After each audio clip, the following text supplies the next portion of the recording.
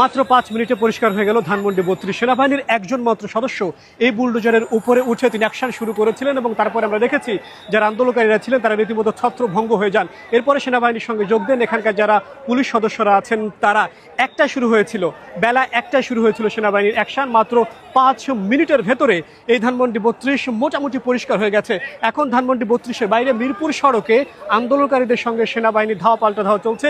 একটু আগে আমি দুটো সাউন্ড গ্রেনেডের শব্দ শুনেছি। পুলিশের সঙ্গে যোগ দিয়েছে সেনাবাহিনী এবং একটু আগে একজন পুলিশ সদস্যকে আমরা আহত অবস্থায় দেখেছি, তার মাথা ফেটে গেছে। বিক্ষুব্ধ আন্দোলনকারীরা রাস্তার ওই পার থেকে সেনাবাহিনীকে উদ্দেশ্য করে ইট পাটকেও ছুটতে থাকে। তারপর সেনাবাহিনী আবার অ্যাকশনে গেলে ধানমন্ডি ৩২ তারা উদ্ধার করে ফেলেন। একটার আগে আন্দোলনকারীরা তারা পুলিশের এই ব্যারিকেড ভেঙে, মানব চেইন ভেঙে ধানমন্ডি ৩২-এ প্রবেশ করেছিলেন। ঠিক বেলা ১টা বাজতে সেনাবাহিনীর অতিরিক্ত সদস্যরা আসেন, পুলিশের অতিরিক্ত সদস্যরা আসেন। যে বিক্ষুব্ধ আন্দোলনকারীরা ছিলেন তাদের এখান থেকে ধাওয়া দিয়ে বের করে দেয়।